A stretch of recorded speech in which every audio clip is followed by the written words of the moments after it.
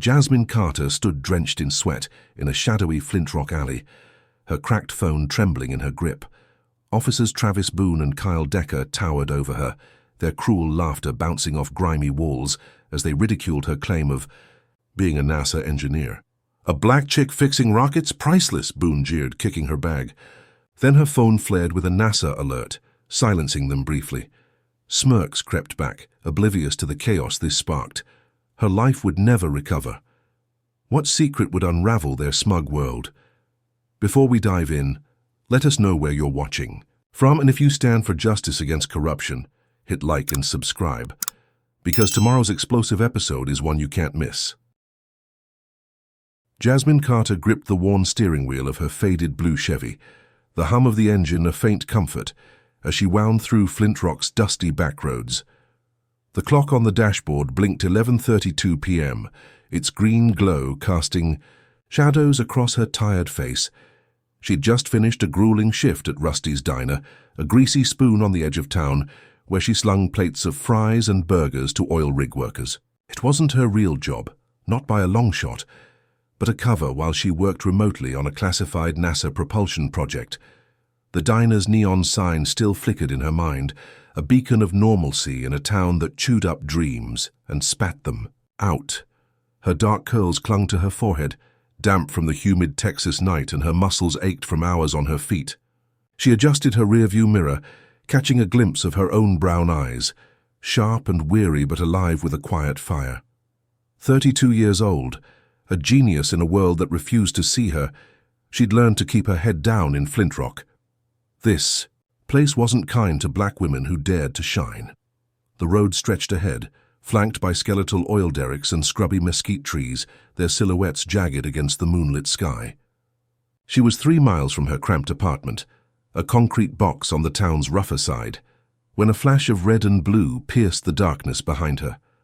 Her stomach twisted, a reflex honed by years of seeing those lights spell trouble for people like her. She eased the Chevy to the shoulder, gravel crunching under the tires, and killed the engine. Her pulse thudded in her ears, loud enough to drown out the cicadas chirping in the distance. She glanced at the speedometer. 35 miles per hour, right on the limit. Registration was current, insurance paid up, no reason for this. She swallowed hard, forcing her breathing to steady, and lowered her window with a creak. Both hands stayed on the wheel, palms slick with sweat. A silent signal she'd practiced too many times. "I'm not a threat." 2 figures emerged from the police cruiser parked 10 feet back, their boots crunching the dirt as they approached. The first was tall and broad, his shadow swallowing the moonlight, with a jaw like a slab of granite and eyes that glinted with something cold.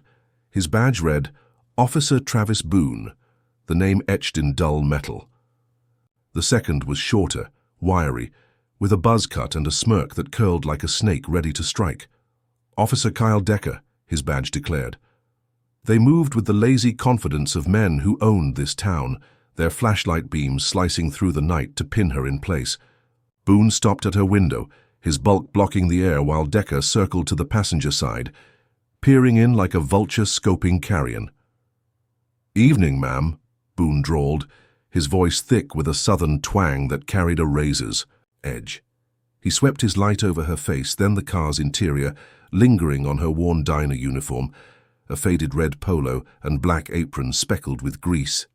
"I know why we pulled you over." His tone dared her to guess wrong. Jasmine kept her eyes forward, voice soft but firm. "No, officer. Was I speeding?" She knew she hadn't, but the question was a shield, a way to keep this civil. Boone chuckled, a low rumble that made her skin crawl. "Nah, not speeding. Got a busted taillight. Dangerous out here at night." He leaned closer, his breath sour with coffee and tobacco. "Where you headed in such a fancy ride?" She blinked, confused. Her Chevy was 15 years old. Paint. Peeling, seats patched with duct tape. "Fancy?" "Home," she said simply. "Just finished work." Decker snorted from the other side, tapping the glass with his knuckles. "Work, huh? What's a gal like you do, slinging hash at that dump on Route 6? His grin widened, teeth flashing in the dim light. "Bet you're real good at it." Jasmine's jaw tightened, a spark of anger flaring in her chest. She smothered it, keeping her tone even. "Something like that. Can I get my license and registration for you? She reached slowly for the glove box, every move deliberate, but Boone's hand shot out, stopping her. "Hold up," he snapped, eyes narrowing. "We'll tell you what to do. Step out of the car, ma'am." His mom dripped with mockery, a jab at her composure. Her heart slammed against her ribs. "Is that necessary, officer? It's just a taillight." She knew her rights, could recite them cold, but Flint Rock wasn't a place where rights mattered much for someone with her skin tone. Boone's smirk vanished, replaced by a hard stare. "Out. Now." His hand hovered near his holster, a silent threat. Decker laughed, a sharp bark that echoed in the stillness, and swung open the passenger door, gesturing her out like she was livestock. Jasmine unbuckled her seatbelt, the click loud in the tense air, and stepped onto the gravel. The night was warm, but a chill ran down her spine as she faced them. Boone towered over her 5'6" frame, his flashlight blinding her for a moment before he lowered it. Decker stayed by the car, already poking around inside, his boots scuffing the dirt. "Hands on the hood," Boone ordered, pointing to the cruiser parked behind hers. She complied, the metal hot against her palms, still radiating the day's heat. "Got anything in there you shouldn't?" he asked, stepping closer, his shadow swallowing hers. "No, sir," she said, staring at the chipped paint under her fingers. "Just work stuff," Decker called out, his voice gleeful. "Hey, Travis, check this out." He'd popped the trunk, and now he held up a stack of papers, their edges curling in the breeze. Jasmine's stomach dropped. Her NASA blueprints, schematics for a next-gen rocket thruster, forgotten in a rush to leave her apartment that morning. She'd meant to lock them in her safe, but a diner double shift had scrambled her plans. Boone lumbered over, snatching the papers from Decker. He squinted at the diagrams, dense with equations and technical sketches, then barked a laugh. "What's this junk? You drawing sci-fi crap in your spare time?" He waved them in her face, the pages flapping. "Think you're some kind of rocket scientist?" Jasmine straightened, meeting his gaze despite the fear clawing her throat. I work for NASA. Those are propulsion designs." Her voice was steady, a lifeline to the truth she clung to. Decker doubled over, cackling so hard he nearly dropped his flashlight. "NASA? Oh, that's rich. A black chick fixing rockets? What's next? You gonna fly to the moon?" He wiped, his eyes still chuckling, while Boone's grin turned feral. "Nice story," Boone said, tossing the blueprints back into the trunk. "But we don't buy it. Looks like fake crap to me. Maybe you're forging something, hands behind your back." Before she could protest, he yanked her wrists together, the cold bite of cuffs snapping shut. Pain shot through her shoulders as he tightened them, metal digging into her skin. "This is a mistake," she said, voice rising despite her effort to stay calm. "You can verify my job. Call NASA's Houston office. I'm not lying." "Shut it," Decker snapped, slamming the trunk shut. "We got a call about a stolen car matching this heap, and now we got suspicious papers.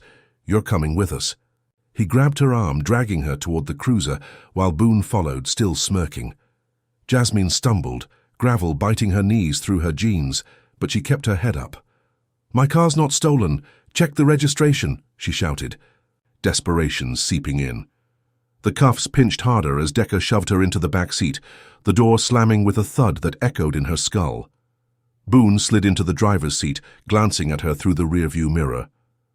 "We'll check all right, after we book you. Suspicious behavior's enough for now." His eyes gleamed with malice, a promise of worse to come. Decker climbed in beside him, still chuckling as he radioed the station. "Got a live one, bringing her in." The cruiser lurched forward, tires spitting gravel, and Jasmine's world tilted. Her blueprint sat crumpled in the trunk, her phone still in her bag on the passenger seat, out of reach. She stared out the smudged window, the oil derricks blurring past, and felt the weight of Flint Rock's hatred settle on her chest. This wasn't just a stop. It was a declaration of war. Boone and Decker thought they'd caught a nobody, a black woman they could break for sport. They had no idea who she was or what she'd unleash, but as the station's lights loomed ahead, she knew one thing. They'd just lit a fuse they couldn't snuff out. The Flint Rock police station smelled like stale coffee and mildew, a squat brick building hunched under flickering fluorescent lights. Jasmine Carter sat in a cramped interrogation room, her wrists still raw from the cuffs Boone and Decker had slapped on her during the stop. The metal chair bit into her thighs, cold and unyielding, while a scarred wooden table separated her from the two officers lounging across from it. Her NASA blueprints lay crumpled in a heap beside her license and registration, a mocking centerpiece to this farce. The walls were a dingy grey stained with years of sweat and despair, and a single bulb buzzed overhead, casting harsh shadows across Boone's granite face and Decker's twitching smirk. Jasmine kept her spine straight, her brown eyes locked on a crack in the table, refusing to let them see her flinch. She'd been here an hour, the clock on the wall ticking past midnight, each second a hammer against her resolve. Boone leaned, back, arms crossed, his badge glinting dully on his chest. "So, Miss Carter," he drawled, stretching her name into a taunt, "you sticking to this NASA story? What's a diner girl like you know about rockets?" He kicked the blueprints with his boot, sending a page fluttering to the floor. His laugh was a gravelly rasp, thick with contempt. Jasmine's fingers curled into fists under the table, nails digging into her palms. "It's not a story," she said, voice low but steady. "I'm an engineer at NASA's Houston branch. Propulsion systems. Those designs are classified. You can call them to verify." She nodded at the papers, her lifeline in this hellhole. Decker barked a laugh, sharp and jagged, leaning forward with his elbows on the table. "Classified? You hear that, Travis? She's a secret agent now." He snatched her license, holding, hit up like a prize. "Jasmine Carter, 32, lives in the slums off Pico Street. Ain't no rocket scientist I ever met come from that dump." He tossed it back, letting it skid across the table, and grabbed the blueprints, flipping through them with exaggerated confusion. "This gibberish looks like a kid's doodles to me." Her jaw clenched, a flare of rage heating her chest. She forced it down, breathing through her nose. "It's not gibberish, it's math, physics, real work. Call NASA, they'll tell you." She met Decker's gaze, daring him to test her, but his smirk only widened. Boone stood, pacing slowly behind the table, his boots thudding on the cracked linoleum. "Here's the thing, sweetheart," he said, stopping to loom over her. "We don't need to call nobody. We got a report this Chevy of yours was stolen. Matches the plates, the description. Funny how that works." He tapped a finger on a clipboard, its pages blank except for a hastily scrawled note she couldn't read from her angle. Jasmine's stomach lurched, but she kept her face still. "That's impossible. I bought it 3 years ago. The registration's right there. Check the VIN." Her voice rose slightly, a crack in her calm she couldn't hide. They were lying, spinning a web to trap her, and she could feel the threads tightening. Decker shrugged, picking at his nails with a pocket knife he'd pulled from nowhere. "Oh, we checked. System says it's flagged. Stolen 2 weeks back. Funny you didn't notice." He flicked the blade shut, grinning as her eyes widened. "Maybe you're the thief. Or maybe you're just dumb enough to think we'd buy this." "NASA crap!" "That's a lie," she snapped, leaning forward, her hands slamming the table before she could stop herself. The sound echoed sharp in the small room, and Boone's grin turned predatory. "You faked it. My car's clean. I've got receipts, insurance, everything. You can't just make this up." Boone stepped closer, his shadow swallowing the light. "Watch your tone, girl," he growled, voice dropping low. "We don't fake nothing. We enforce. And right now you're looking real guilty." He snatched the clipboard, pretending to read. "Suspicious docs, stolen ride, attitude problem. Plenty to hold you on." Jasmine's heart pounded, a drumbeat of fear and fury. She forced herself to sit back, swallowing the retort burning her tongue. They wanted her to break, to give them an excuse. She wouldn't. "I want a lawyer," she said instead, each word clipped and clear. "You've got no proof." "Let me. Go or get me counsel. That's the law." Decker's laugh was a hyena's cackle bouncing off the walls. "Lawyer? Oh, she's fancy now. What's next, calling the president?" He shoved the blueprints at her, pages crumpling further. "This ain't no forgery case yet, but it could be." "You forged these, didn't you? Thought you'd play smart." "I didn't forge anything," she shot back, her voice trembling with the effort to stay calm. "Those are mine. My work. You're holding me on nothing. I know my rights." Boone stopped pacing, turning to face her with a cold stare. Rights, huh? He leaned down, hands braced on the table, his face inches from hers. His breath was a sour gust, eyes boring into her. You don't get it, do you? We say you're a suspect. You're a suspect. That's how it works here. He straightened, tossing the clipboard aside. But we'll play nice for now. He nodded at Decker, who stood and unlocked her cuffs with a lazy flick. The metal fell away, leaving red welts on her wrists, and she rubbed them, glaring at both men. So I'm free? She asked, voice tight, not daring to believe it.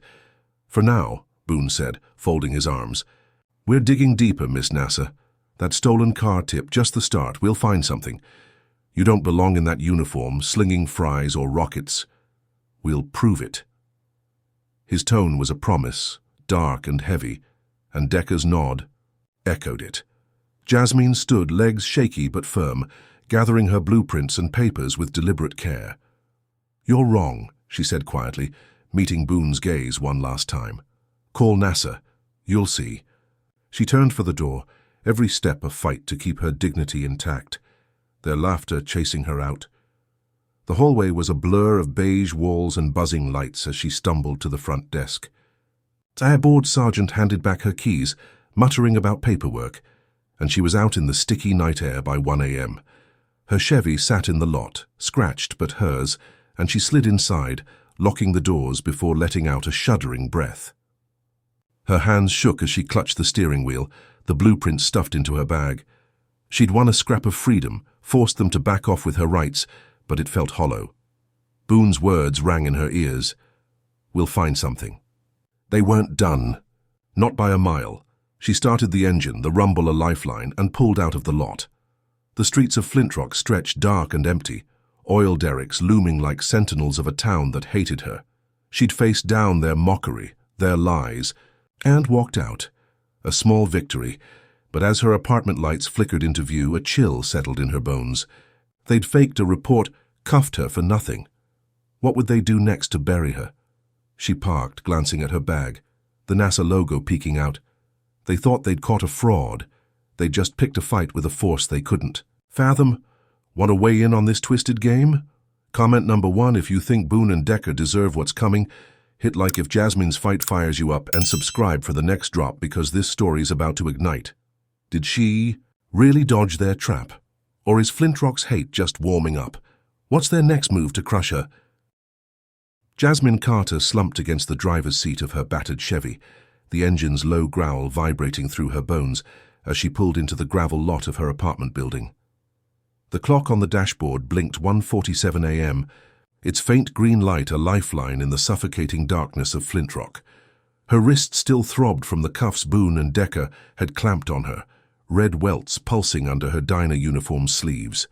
She clutched her bag, the crumpled NASA blueprints spilling out, their edges torn from the interrogation room's chaos. The station's fluorescent glare lingered in her mind, a sterile cage where those two cops had mocked her, tried to break her with their fake stolen car lie. She'd walked out, keys in hand, her rights a flimsy shield against their venom.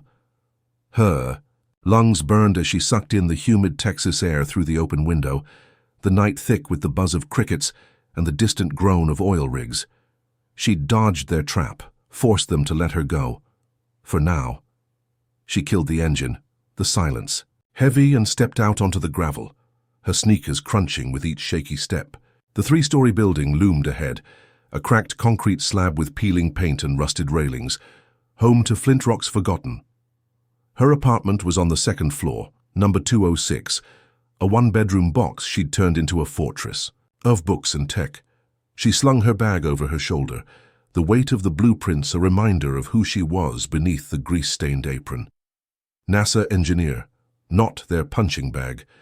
The stairs creaked under her weight, each groan echoing in the still night, and she fumbled her keys at the door, exhaustion blurring her edges. The lock clicked, and she pushed inside, ready to collapse. The air hit her first, sharp with the scent of splintered wood and spilled coffee. Her breath caught, a jagged gasp as her eyes adjusted to the dim glow of a street lamp seeping through the blinds. Her apartment was a war zone. The couch lay gutted, stuffing spilling like entrails across the floor. Her coffee table was flipped, its glass top shattered into a glittering mosaic. Bookshelves sagged, their contents strewn in heaps, pages torn and spines cracked. Her kitchenette was a mess of broken dishes, shards of ceramic crunching under her feet as she stumbled forward. Her NASA laptop, her lifeline to Houston, was gone. The desk where it sat now a gaping wound of empty space. Panic clawed her throat, but she forced it down, scanning the wreckage for answers. A scrap of paper fluttered on the counter, pinned under a smashed mug.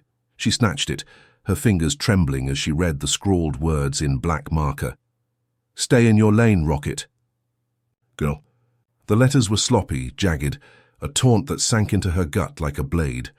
Boone and Decker. It had to be them. She'd humiliated them at the station, walked out when they'd wanted her broken, and this was their payback.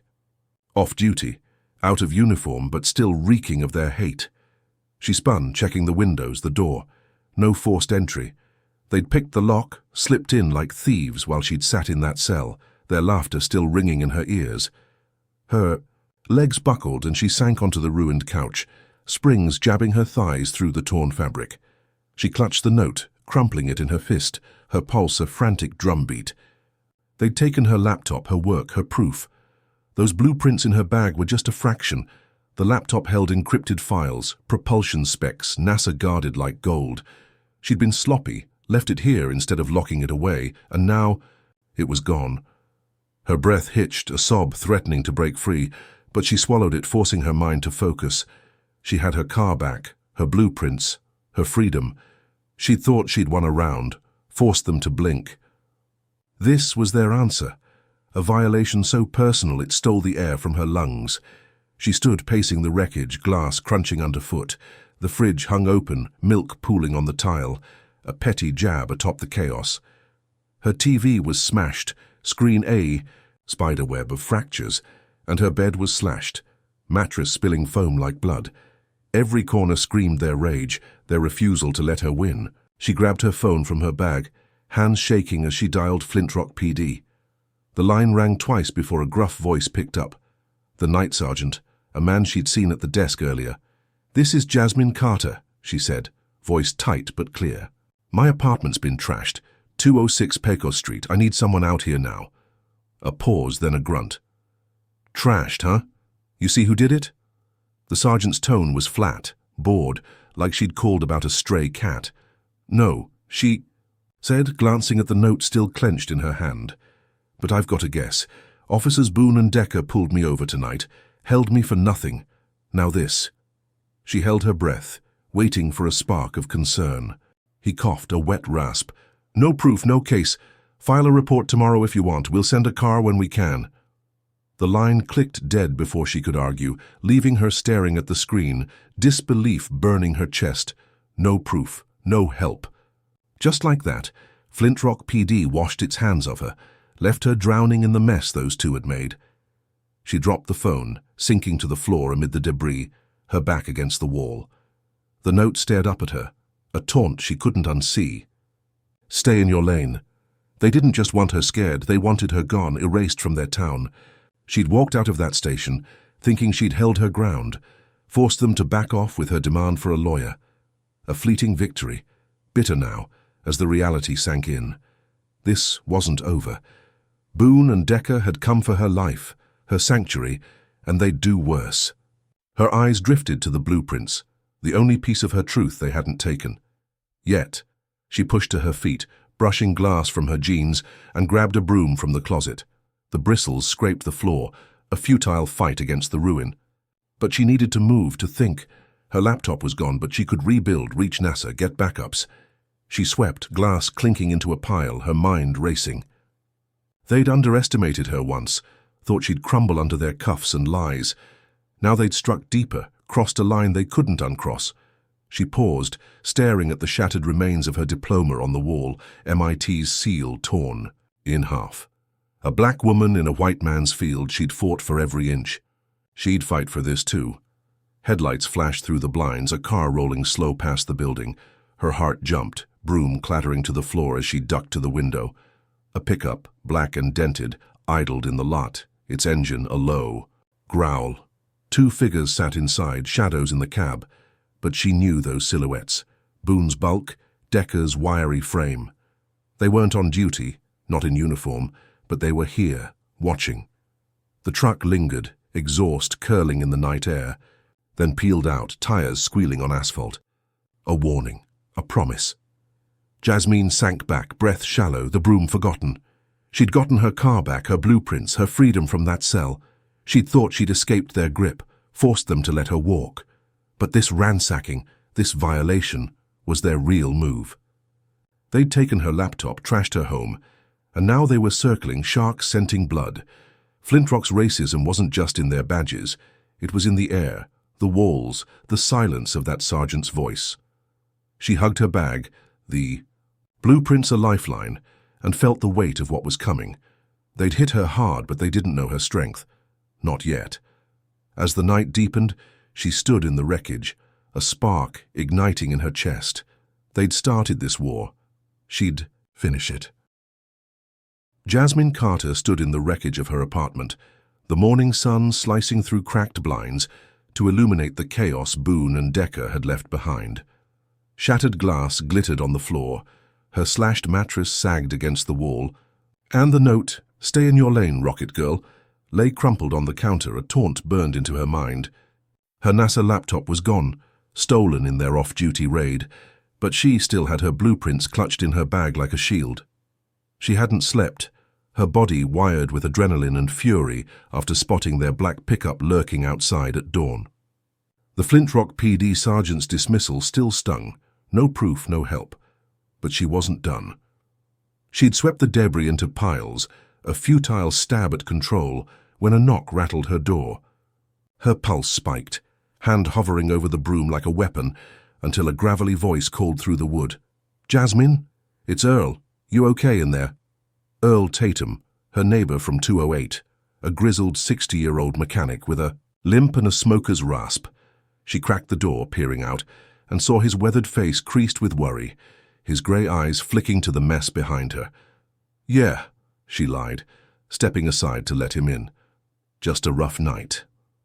Her voice was hoarse, throat raw from hours of silent rage. Earl shuffled inside, his work boots crunching glass, and whistled low. "Rough don't cover this. Looks like a damn tornado hit." He scratched his stubbled chin, then lowered his voice. "Saw something last night.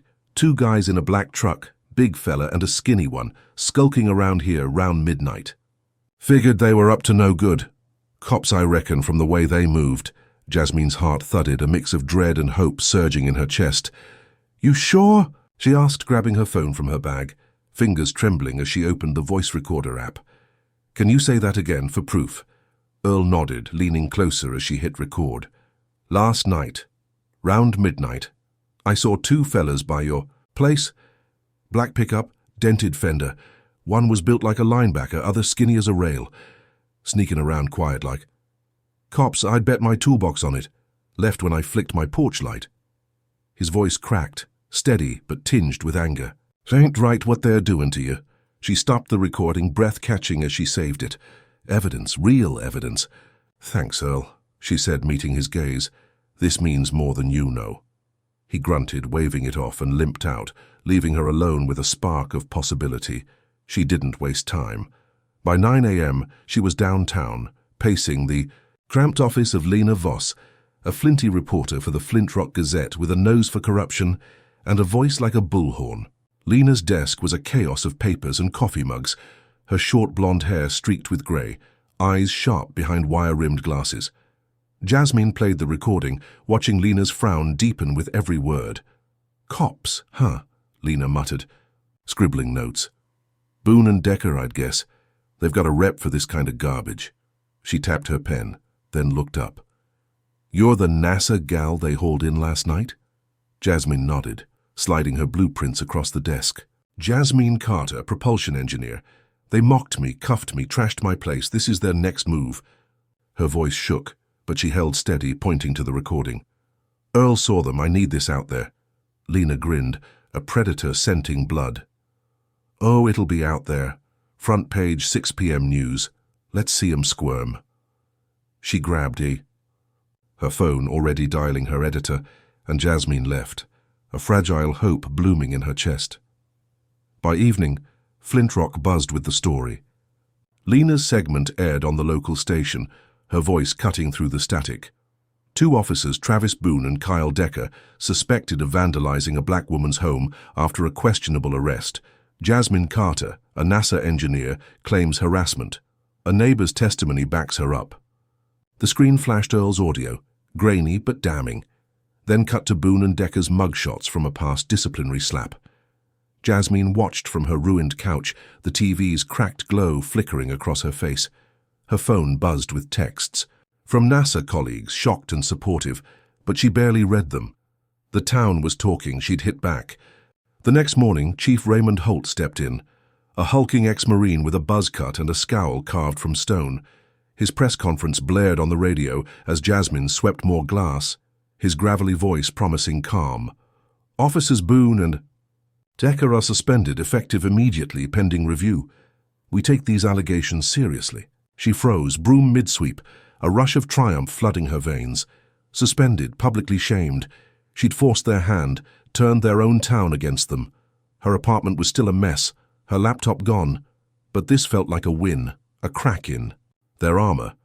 She exhaled, shoulders loosening for the first time in days, and dared to believe she'd stopped them. That night, she bolted her door, double-checked the windows, and sank into a folding chair, the only seat left intact. The silence was a balm, the hum of the fridge a faint comfort amid the ruin. She'd survived their stop, their interrogation, their break-in, and now this. Maybe they'd back off, lick their wounds. She closed her eyes, exhaustion pulling her under, when a low boom shattered the quiet. Her eyes snapped open, heart lurching as an orange glow flared through the blinds. She stumbled to the window, yanking them up, and froze. Her Chevy was a fireball in the parking lot, flames licking the sky, black smoke curling thick and acrid. Glass popped, metal groaned, and the heat hit her face even through the pain. She staggered back, a scream trapped in her throat as tires squealed nearby. That black pickup, Boone and Decker's shadow, peeled out of the lot, vanishing into the night. Her phone was in her hand before she knew it, dialing 911, voice shaking as she shouted, "My car's on fire. Pecos Street, 206. Someone." Torched it. Fire trucks roared in 10 minutes later, sirens wailing. But the Chevy was a husk by then, twisted steel and melted rubber. Cops followed, not Boone or Decker, but a pair of stone-faced rookies who scribbled notes as she pointed to the pickup's tracks. "It was them," she said, voice raw. "The ones you suspended." The taller rookie frowned, jotting it down, while the other radioed it in. Chief Holt's voice crackled back, calm and cold. "No evidence of their involvement. Looks like insurance fraud. We'll investigate her." Jasmine's knees buckled, the words a punch to her gut. Fraud? Her? She sank to the curb, ash raining around her, as firefighters doused the smoldering wreck. The rookies left, their taillights fading, and she stared at the ruins of her car, her victory ashes in her mouth. She'd shamed Boone and Decker, gotten. Them suspended, thought she'd won. But Holt had turned it, flipped the script with a lie so bold it stole her breath. Insurance fraud. A crime pinned on her, not them. Her apartment trashed, her car gone, and now this. The pickup's growl echoed in her mind, Holt's voice a dark promise behind it. They weren't backing off. They were doubling down, and she was the target. She stood, fists clenched, the blueprint still safe in her bag slung across her chest. Her fake victory had lit a fuse, and Holt had just poured gas on it. The fire's heat lingered on her skin, a warning of what was coming. They'd burned her life once. What would they destroy next? What's your take on this brutal twist? Comment. Number 1, if you think Jasmine's fight against these snakes is worth rooting for, smash that like if Holt's corruption makes your blood boil, and subscribe because this saga's heating up fast. Can she outsmart a chief who'd torch her? World to win, or is Flint Rock about to bury her for good?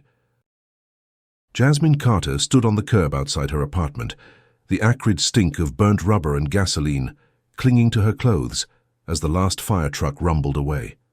Her Chevy was a blackened skeleton in the parking lot, its twisted frame glowing. Faintly under the dawn sky, a monument to Boone and Decker's vengeance, The rookies had left minutes ago, their notepads filled with Chief Holt's lie, insurance fraud.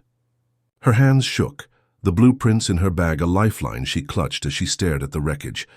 She'd shamed them with Lena's broadcast, gotten them suspended, thought she'd struck a blow. But that fireball, that pickup peeling out, was Holt's answer, a middle finger from a man who'd burn her world to keep his clean. Her phone buzzed, a text from an unknown number. "You're done."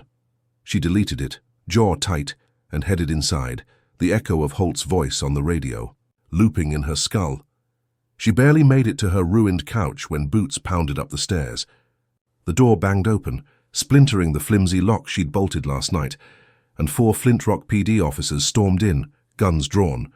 Not Boone or Decker, but strangers with hard eyes and barked orders. "Jasmine Carter, you're under arrest." "For arson," the lead cop shouted, a stocky man with a buzz cut and a badge reading Sergeant Ellis.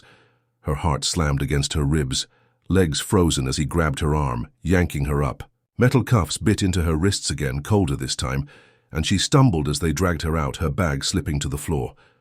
"Arson?" she choked out, voice cracking as they hauled her down the stairs. "That's my car. They torched it. I called it in."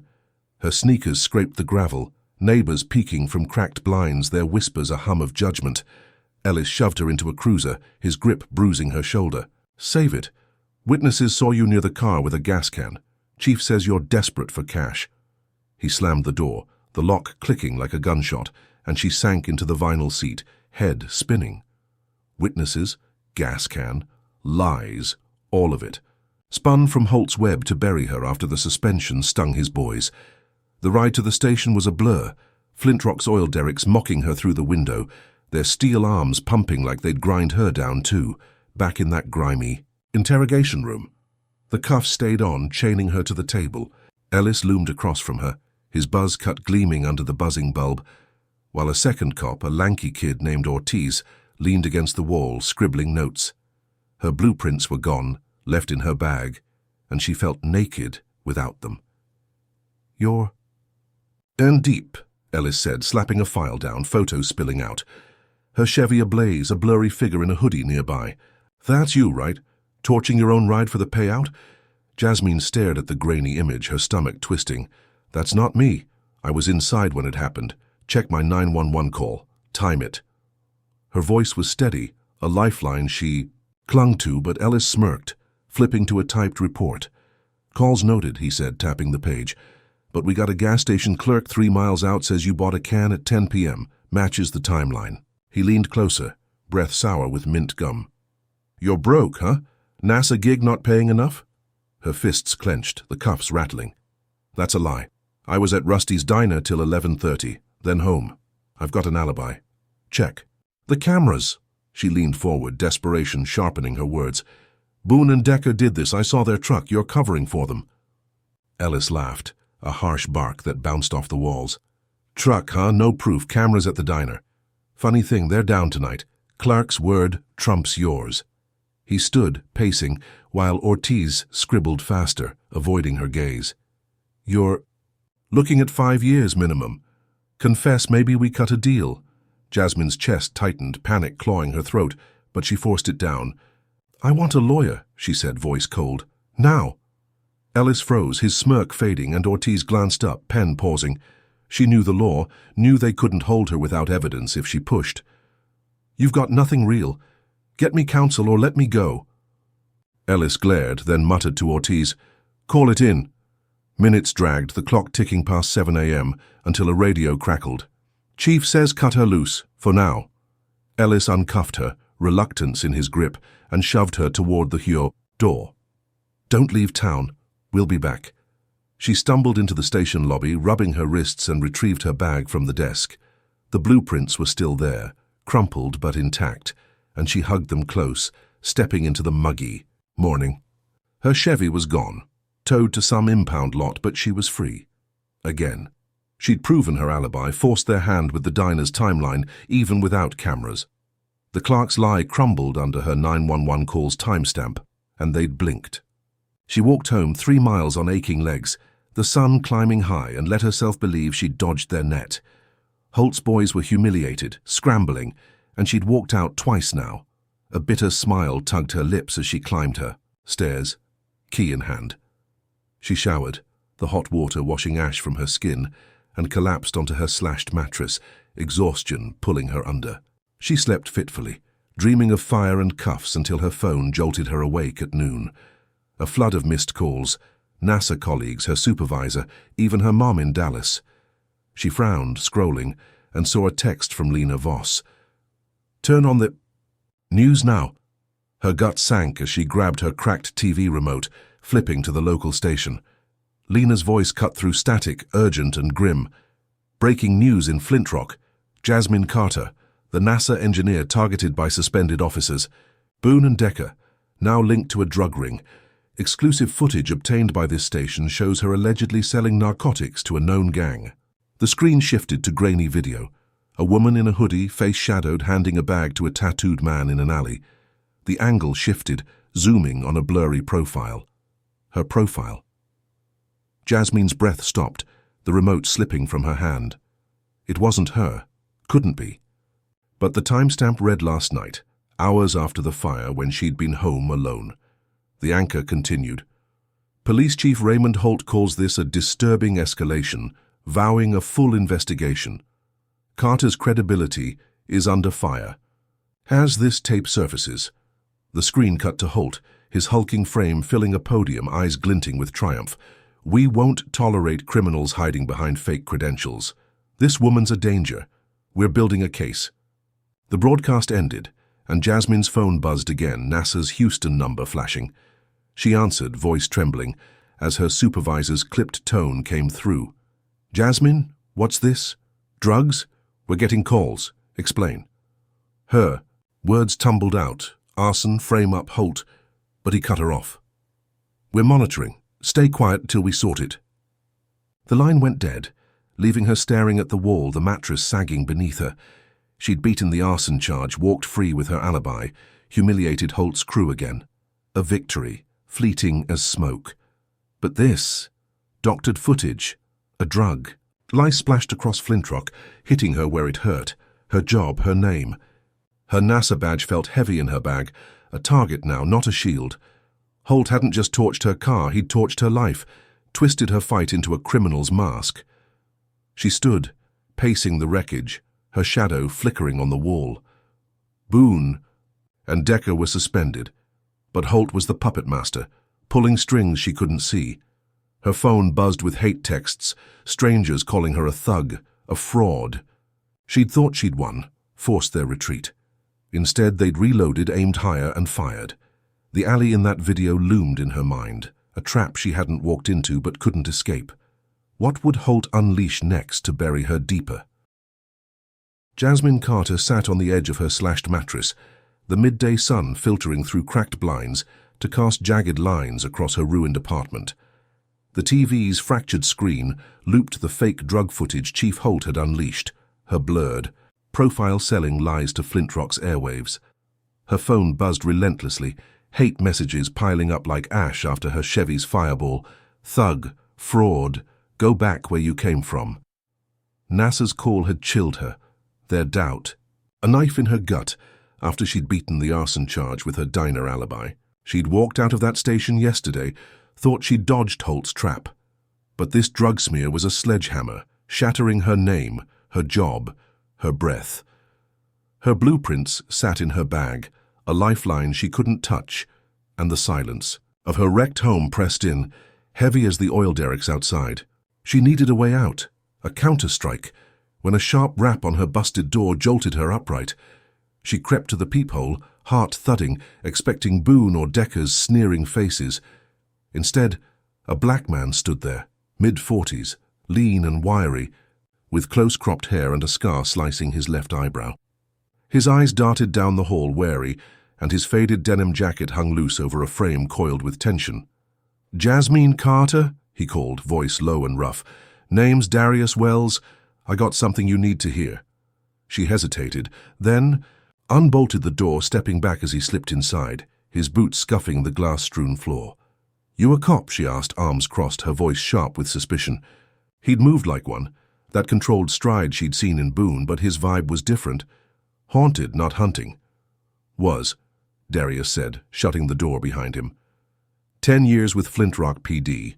Quit 2 years back. Couldn't stomach. Fit no more. He glanced at the wreckage, the note still crumpled on the counter, and his jaw tightened. Heard about you. Boone, Decker, Holt. They're why I left. I know what they do. His words hung heavy, a lifeline she grabbed with. Both hands. She pulled her phone from her pocket, thumb hovering over the record button. You've got proof, she asked, eyes locking on his. I need more than words. They're framing me for drugs now after the fire. I've got nothing left to lose. Darius nodded, easing into a folding chair, the only seat still whole. Record it. I'll talk. She hit the button, red light blinking, and sat across from him, the mattress creaking under her weight. His voice dropped, steady but raw, as he spilled Flint Rock's rot. Holt's been king here for 15 years, runs the department like a gang. Boone and Decker, his attack dogs, they framed black folks before, planted weed, cooked reports. I saw it, helped cover it once, 'fore I grew a spine. Man. Named Tyrone Brooks got 5 years for a baggie. Holt slipped in his truck. I walked after that, couldn't sleep no more. Jasmine's breath hitched, the phone steady in her grip. Why me? She asked, leaning closer. They stopped me for a taillight. Now it's this. Why? Darius rubbed his scar, eyes distant. You're a threat. Black woman, NASA big shot, shining in their dirt hole. Holt hates that. Boone and Decker, they get off on it. That drug tape's fake, guaranteed. They've got a guy, edits footage for 'em. I've seen the setup. You're their trophy now. He paused, voice softening. I should have spoken sooner. Seeing you fight, I couldn't stay quiet. She stopped the recording, saving it, her pulse racing with a mix of dread and fire. This can take them down, she said, voice trembling but firm. A lawsuit, civil rights violation, evidence tampering. I've got Earl's tape too, from the break-in. With yours, we've got a pattern. Her mind spun, mapping a plan. Lena Voss could air it, force a reckoning. She'd survived their cuffs, their fire, their lies. This was her weapon. Darius stood, nodding. I'll testify if it comes to... Sid, gotta meet a guy tonight, old PD contact, see if he's got more dirt. Watch your back, Jasmine. Holt don't play. He slipped out, leaving her alone with the recording, a lifeline in the storm.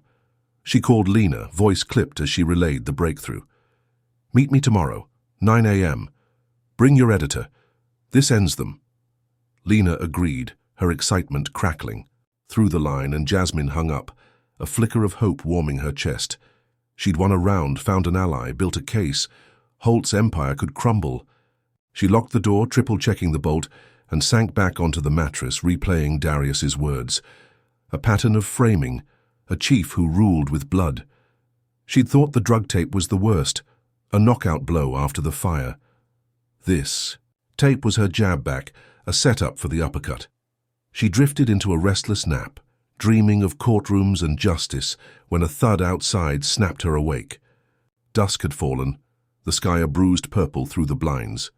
She crept to the window, peering out, and saw nothing but shadows. Her phone buzzed, a text from an unknown number. Check your mail. Her stomach sank, but she grabbed her keys. Stepping into the hall, the mailbox hung crooked by the stairs, and she yanked it open, a bloodied Flint Rock PD badge tumbling out. Her breath stopped, fingers trembling as she picked it up. D. Wells was etched on the metal crimson smears, staining the edges. A note fluttered behind it. You did this. Her knees buckled, the badge slipping to the floor as she stumbled back, horror clawing her throat. She dialed Darius, hands shaking, but it went straight to voicemail. Panic surged, and she called 911, voice breaking as she reported the badge. The blood. Someone's hurt. Pecos Street now. Sirens wailed 20 minutes later, cops swarming the lot. Not rookies, but Boone and Decker, their suspensions lifted like smoke. Boone towered over her, badge gleaming while Decker smirked, holding a plastic bag with the bloody badge inside. Darius Wells, Boone growled, stepping close, his breath hot on her face. Found him beat half dead in an alley off 6th. You know him, right? This badge was here. Looks like you snapped, huh?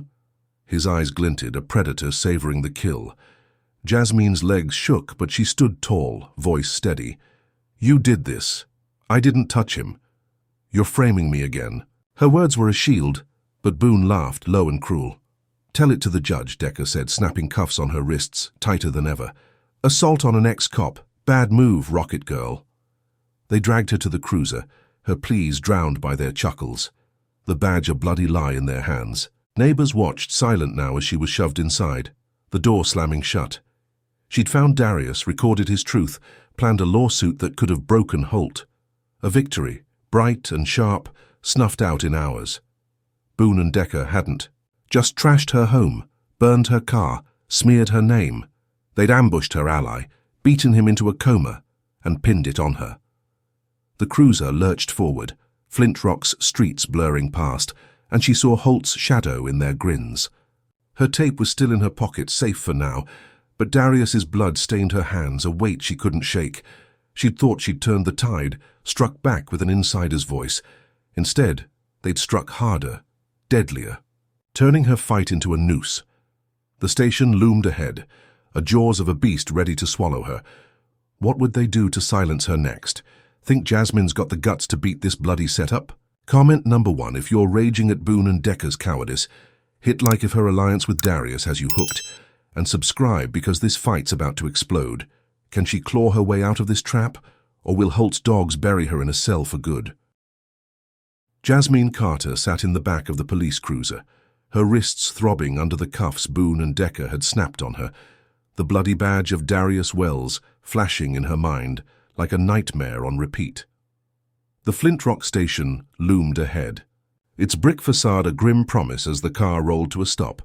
She'd found an ally in Darius, recorded his damning truth about Holt's corruption, planned a lawsuit to strike back. But they'd beaten him into a coma, planted his badge in her mailbox, and now she was here, framed for assault. Her phone, with Darius's recording, burned in her pocket, a secret they hadn't found yet. Boone hauled her out, his meaty hand bruising her arm while Decker smirked, twirling the evidence bag with the badge. "You're done, Rocket Girl," Boone growled, shoving her through the station doors. She stumbled, chin high, but inside, her chest was a storm of fear and fury. The holding cell was a concrete box, its walls slick with damp, the air sour with sweat and despair. She paced, 3 steps one way, 3 back, the cuffs off but her, skin still raw. Darius's voice echoed in her head, his revelations about Holt's framing empire her only weapon. She'd beaten their arson lie with an alibi, walked free yesterday, but this was worse, bloodier, personal. Hours crawled by, the clock outside ticking past midnight, until a guard banged the bars. "Carter, lawyer's here." She straightened, hope flickering, and followed him to a stark room where a woman waited, her presence a jolt of steel in the gloom. Marisol Cruz was 40, compact and fierce, with jet-black hair pulled tight and eyes that cut like glass. Her suit was crisp, navy blue, a stark contrast to the station's grime. "Jasmine Carter?" she asked, voice smooth but edged. "I'm with Ortiz and Cruz, civil rights law. Lena Voss sent me. Said you've got a hell of a story." She set a notepad down, pen poised, and Jasmine exhaled, the weight easing a fraction. "They're framing me," Jasmine said, sliding into the chair across from her. "Boone and Decker beat an ex-cop.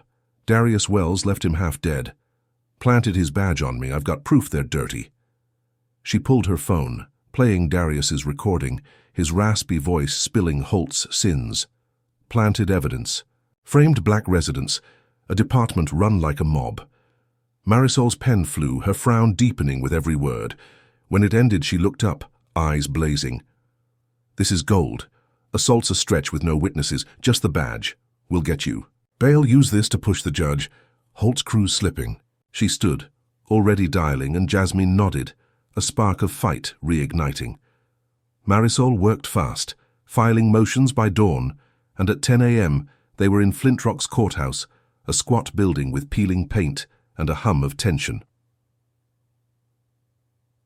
The courtroom was packed, locals craning for a glimpse, reporters scribbling in the back. Jasmine sat beside Marisol, her orange jumpsuit swapped for a borrowed blouse and jeans, wrists still bruised. Boone and Decker slouched in the gallery, badges gleaming despite their suspension, their smirks faltering as Marisol rose. Judge Clara Henshaw presided, a wiry woman in her 60s with grey curls and a no-nonsense stare. Assault on Darius Wells, the prosecutor, a slick man named Paul Vance, began, holding up the bloody badge. Found at the defendant's residence, she's a danger. Marisol stood, voice cutting through the room. Your Honor, this is a sham. My client's a NASA engineer targeted by Officers Boone and Decker after exposing their harassment. We've got evidence of their corruption. She played Darius's recording, his words echoing off the wood-paneled walls. Holt's framing, Boone and Decker's brutality. The courtroom buzzed, Boone shifting in his seat, Decker's smirk fading to a scowl. Vance objected, calling it hearsay, but Henshaw waved him off, eyes narrowing as she listened. Jasmine's pulse raced, hope surging as Marisol pressed. No witnesses saw Miss Carter near Wells. The badge was planted. She's innocent, terrorized by a vendetta. Grant bail, let us prove it. Henshaw leaned back, scribbling notes, then fixed Vance with a stare. This tape's troubling. No. Solid link to the assault beyond a badge that could have come from anywhere. Bail set at $5,000. She's out, but don't leave town. The gavel banged, and Jasmine exhaled, legs trembling as Marisol squeezed her shoulder. Boone and Decker bolted from the gallery, faces red, whispering furiously as Jasmine walked free, Marisol at her side. She'd beaten their frame up, turned Darius's blood into a weapon, and watched them squirm. The sun hit her face outside, warm and sharp, and she breathed deep, tasting victory. We've got them, she said, voice steady. That tape's just the start. Marisol nodded, already planning the lawsuit, and Jasmine dared to believe she'd cracked their armor. She'd sleep at a motel tonight, safe from her trashed apartment, and regroup. Holt's dogs were on the ropes. She checked into the Lone Star Inn, a dingy spot off Route 6, and showered, washing jail's stink from her skin. Her phone buzzed with NASA texts, concern, not doubt now, and she smiled, collapsing onto the lumpy bed. She'd won a round, forced bail with Darius's truth, humiliated Boone and Decker in open court. Sleep pulled her under. A rare peace, settling in until her TV flickered on at 6 p.m., local news blaring. Lena Voss's voice sliced through the haze. Shocking update in the Jasmine Carter case. A witness claims she ran a drug ring from NASA, supplying Flint Rock gangs. Chief Raymond Holt calls it irrefutable proof of her guilt. The screen cut to a scruffy man, mid-30s, with a patchy beard and shifty eyes. Name's Eddie Grimes, he stammered, glancing off camera. Saw her at NASA, moving product. Bags of white powder, cash-changing hands. She's dirty. The footage replayed the fake alley deal, now tied to this lie, and Holt's hulking frame filled the screen, his scowl triumphant. She's no victim. She's a kingpin. We're charging her. Jasmine shot upright, the remote crashing to the floor, her breath a ragged gasp. Eddie Grimes, she'd never seen him, never dealt drugs, never betrayed NASA. Holt had bribed him, spun a tale, so wild it choked her. Her phone rang, NASA's Houston line, and her supervisor's voice was ice. Jasmine, this witness? Drugs at Goddard?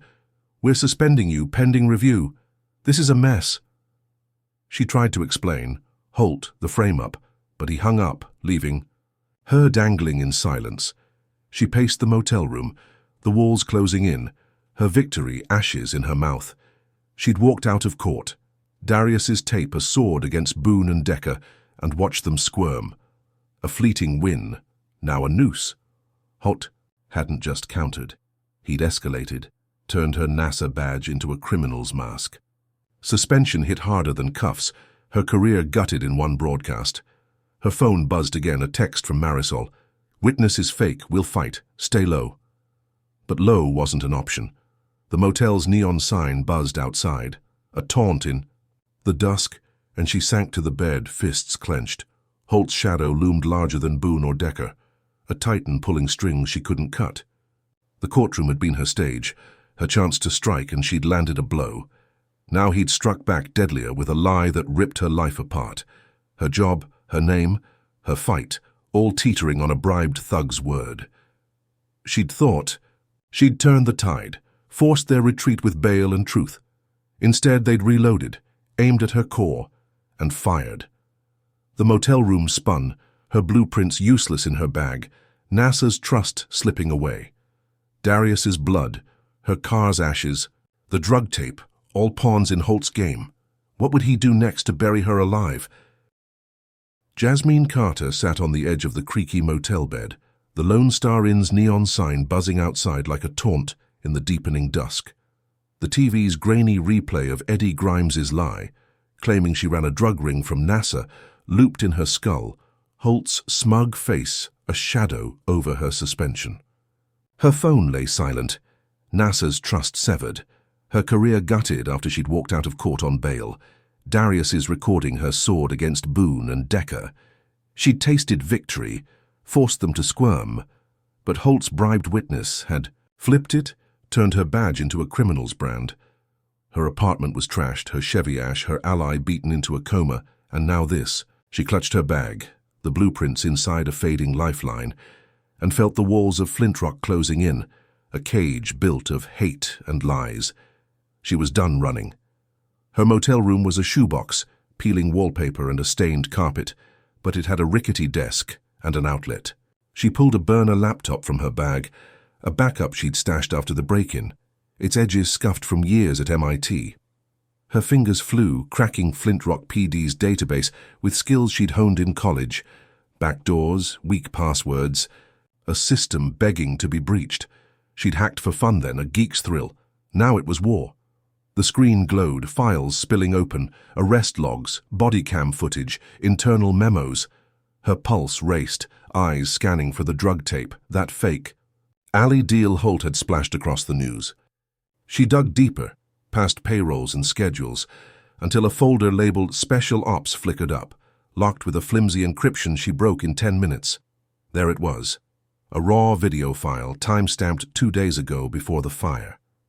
She clicked, breath held, and watched grainy footage of a parking lot, not an alley. Boone's bulk loomed, Decker's wiry frame beside him, handing a bag to a tattooed thug. Eddie Grimes, the witness. No hoodie, no Jasmine, just cops staging a deal. A second clip showed a tech guy, pimply and nervous, editing her face. Onto the frame, Holt's voice barking in the background. Make it stick. Her hands shook, a grin splitting her face despite the exhaustion. Proof. Hard, cold proof. They'd faked it, every frame, and she'd caught them red-handed. She copied the files to a USB drive, her motel Wi-Fi sluggish but enough to email Lena. Voss. Got the real tape, she typed, attaching the clips. Air it tonight. Holt's done. She hit send, heart pounding, and paced the room, the carpet muffling her steps. Lena's reply pinged back in 20 minutes. Holy hell, Jasmine. 8 p.m. sharp, stay safe. She sank onto the bed, a rush of triumph surging through her veins. She'd hacked their system, turned their lie inside out, and handed Lena a bomb. Boone, Decker, Holt. They'd choke on this. She'd beaten their courtroom frame-up with bail, and now she'd strike deeper, expose their rot to Flint Rock's core. The clock hit 8 and she flipped on the TV, Lena's voice cutting through static like a blade. Exclusive evidence tonight. Flint Rock PD fabricated a drug tape against Jasmine Carter, NASA engineer. Officers Boone and Decker staged it. Chief Holt oversaw the edit. The raw footage rolled, Boone's grunt audible as he passed the bag, Eddie's shifty eyes darting, the tech guy's fumbling cuts. Lena's commentary was fire.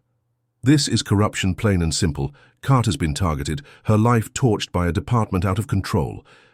The screen flashed to protests outside the station, dozens of locals, black, white, Latino, chanting justice for Jasmine, and Holt must go. Signs bobbed, fists pumped, and Jasmine's chest swelled, a tear pricking her eye. She'd done it. Hacked, leaked, ignited a storm. They couldn't hide now. She stood, pacing again, the motel's hum a backdrop to her racing thoughts. Her phone buzzed, NASA colleagues texting support. We knew it was BS. Fight on, girl. The protests grew louder on the broadcast, a horn blaring as the crowd swelled to 50, then 100. She'd thought the courtroom was her win, forcing bail with Darius's tape, but this was bigger, public, raw, a reckoning. Holt's empire was cracking, Boone and Decker's names mud, and she'd lit the match. She grabbed her bag, blueprints, safe, and dared to hope. Maybe this was the turning point, the blow to break them. The hope shattered at 9:30 p.m. when boots thundered outside her door. She froze, heart slamming, as the wood splintered inward, Holt himself storming through, his ex-Marine bulk filling the frame. 6 cops followed, guns drawn, faces masked in shadow but reeking of Boone and Decker's stench. "Jasmine Carter," Holt roared, voice a gravel pit. "You're under arrest for attempted murder." He tossed a pistol onto the bed, its barrel, gleaming, and smirked as a cop bagged it. "Found this in your room, fired at my boys last night. You're a shooter now." Her knees buckled, but she caught herself, voice shaking with rage. "That's not mine. You planted it. You're framing me again." She lunged for her phone, but Holt snatched it, crushing it under his boot. The USB drive was still in her pocket, hidden, but the laptop glowed on the desk, files exposed. A cop smashed it with a baton, sparks flying, and she screamed, "That's evidence! You can't do this!" Holt towered over her, eyes glinting with malice. "Evidence? You?" "Hacked us, leaked lies. That's a crime. This gun's got your prints. You shot at Boone and Decker, missed, and now you're done." He nodded, and the cops cuffed her, metal biting deeper than ever, dragging her out as she kicked and yelled. The motel lot was chaos, sirens wailing, but no protesters, just Holt's crew, sealing her fate. They shoved her into a cruiser, the E, door slamming, and she saw Holt's grin through the window, a predator savoring the kill. Her room spun in her mind, the planted gun a lie she couldn't disprove. She'd hacked their system, exposed the drug tape, sparked a revolt. A victory, bright and fierce, snuffed out in minutes. Holt hadn't just countered, he'd escalated, turned her fight into a death sentence. The cruiser lurched, flint rocks, streets blurring past, and she felt the USB drive in her pocket, a faint hope against the crushing weight. Her laptop was gone, her freedom torched, and NASA's support meant nothing now. She'd thought the protests were her shield, the leak her sword. Instead, Holt had reloaded, aimed at her life, and pulled the trigger. The station loomed ahead, a beast ready to swallow her, and she braced for the fall. What could she do, cuffed and framed, to claw her way back, ready to stand with Jasmine's defiance? Comment number 1 if you think Holt's raid proves he's scared. Smash that like if her hack and leak guts blow you away. And subscribe because this showdown's about to erupt. Can she turn this planted gun into her next weapon, or will Flint Rock's chief crush her spark for good? Jasmine Carter slumped against the cold steel of the Flint Rock PD cruiser, her wrists screaming under the cuffs Holt had slammed on her during the motel raid. The planted gun gleamed in her mind, a lie she couldn't shake as the car barreled. Through the night, sirens silent, but the weight of her doom deafening. She'd hacked their database, leaked the raw drug tape to Lena, sparked protests that shook Flint Rock's core. She'd thought it was her breaking point, a strike to topple Holt's empire after the courtroom bail win. But he'd stormed in, smashed her laptop, and framed her for attempted murder, claiming she'd shot at Boone and Decker. The USB drive with the footage burned in her pocket, her last shred of hope, as the station's lights loomed ahead, a jaws of concrete ready to chew her up. Her breath fogged the window, Flint Rock's oil derricks blurring past, and she braced for the cell, the trial, the end. They didn't book her. Holt barked orders, and 2 cops, not Boone or Decker, but faceless grunts, dragged her straight to a holding cell, its bars rusted and slick with grime. The door clanged shut, locking her in with a mattress stained brown and a toilet reeking of neglect. Her phone was gone, crushed under Holt's boot, but the USB stayed hidden, a secret, pressed against her thigh. She sank to the floor, back against the wall, the cuffs off, but her spirit bruised. Hours ticked by, the station's hum a dull roar, until a guard slid a tray of grey slop through the slot at dawn. She didn't touch it, staring at the ceiling, replaying the raid. Holt's smirk, the gun's weight, the protesters' chants fading in her memory. She'd lit a fire, but he'd doused it with a lie she couldn't outrun.